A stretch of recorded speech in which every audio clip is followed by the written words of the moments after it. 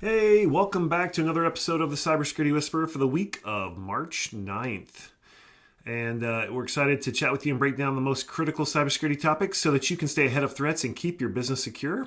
Again, I'm Elliot Franklin, and today we're covering several major cybersecurity developments, from building an effective incident response plan to the rise of AI-powered scam detection and even the increasing threat to connected vehicles. So let's get into it. First, we're going to talk about how to create an effective incident response plan. A well-crafted incident response plan, it's not just a best practice, it's a necessity.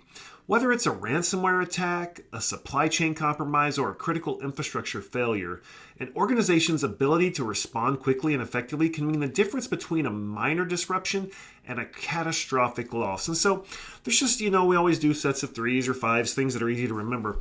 There's really 5 key takeaways here that hopefully are common sense to you, and you've probably been through most of these, but sometimes it's refreshing to just hear them again to know we're on the right track.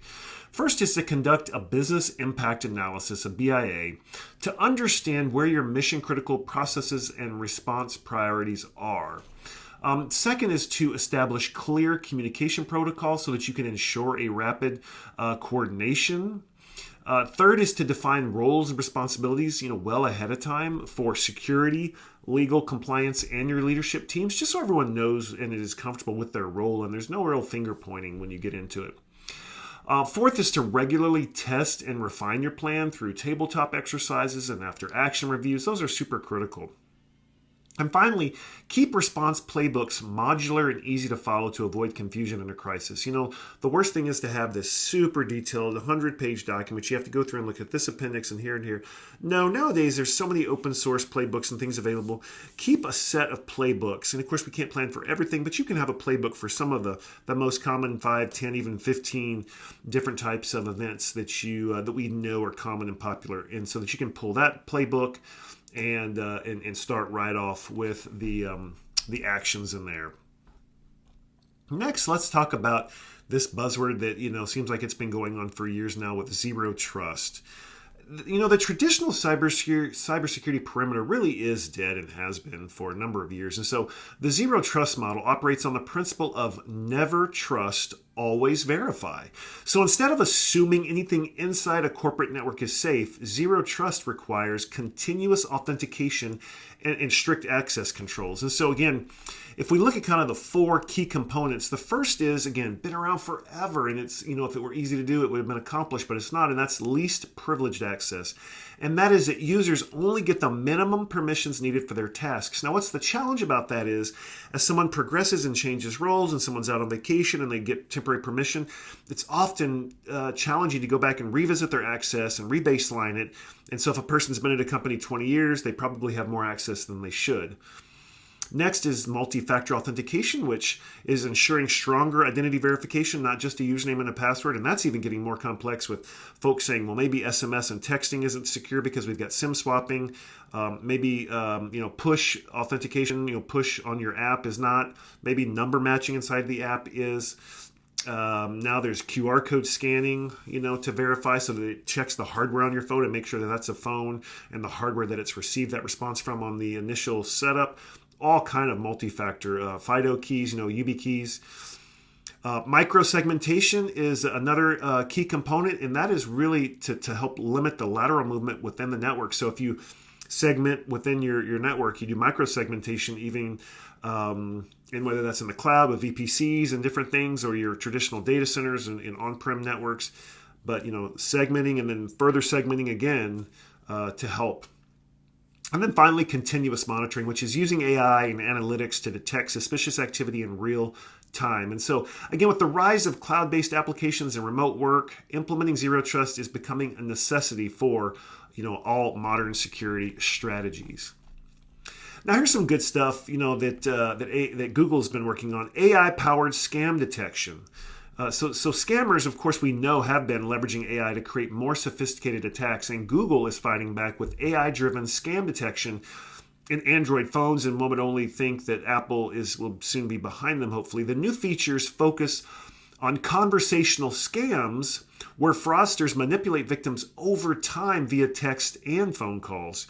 And so here's how it works: scam detection in Google Messages, so if you're using their texting platform, It uses on-device AI to flag suspicious patterns in SMS and RCS messages. And so they've also got scam detection for calls, and this alerts users in real time when a caller is engaging in scam-like behavior, such as demanding payment via gift cards. And so the rollout is happening first for English-speaking users in the US, UK, and Canada, and then Google's going to expand it to other regions. And this really is a step in the right direction as scams continue to cost consumers billions worldwide year over year. Next, we've got cyber attacks on software-defined vehicles. As cars become more connected and software-driven hackers are increasingly targeting them, ransomware groups and other criminals see these software-defined vehicles as lucrative targets due to their cloud connectivity and the reliance on mobile applications. And so we've got risks like cloud-connected exploits. Of course, the attackers can manipulate this vehicle software remotely. Of course, you can ransom them. Ransomware targeting these automakers. The threat actors, they are extorting companies for massive payouts. And finally, there's regulatory gaps. There's really no universal cybersecurity standard for connected vehicles yet. And this is kind of how the PCI, the payment card industry, started out, right? It's if the vehicle makers want to get ahead of having laws and having the government tell them what to do, they better get an industry group together and start setting their own standards. If not, the government's going to step in as soon as we have a major incident from a vehicle being ransomed or someone dying, from having their brakes, IoT brakes, automatically stop, like has already been shown at Black Hat and DEF CON with Jeeps and others when you get on the same cellular network. And you break into the infotainment center, which of course is tied to the brakes because of the volume, the feature of when you brake, the volume on your radio goes up or down. And so certainly if I get into that infotainment center, I can control your brakes. And so the auto industry must treat these software-defined vehicles as critical infrastructure. They need to enforce stronger security protocols, and they need to implement AI-driven protections to stay ahead of these cyber threats. And finally, we talk about it almost every week, it seems like, because it's that important, it's that real. Third-party risk is rising.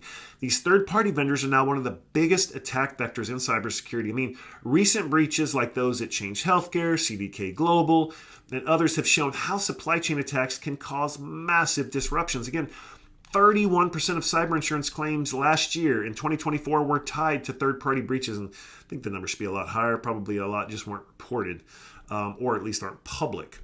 Ransomware is increasingly targeting vendors, not just direct companies.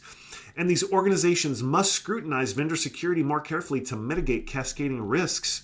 When you're doing these third-party risk management, you're doing these reviews, and hopefully you've got it in your contract to audit them.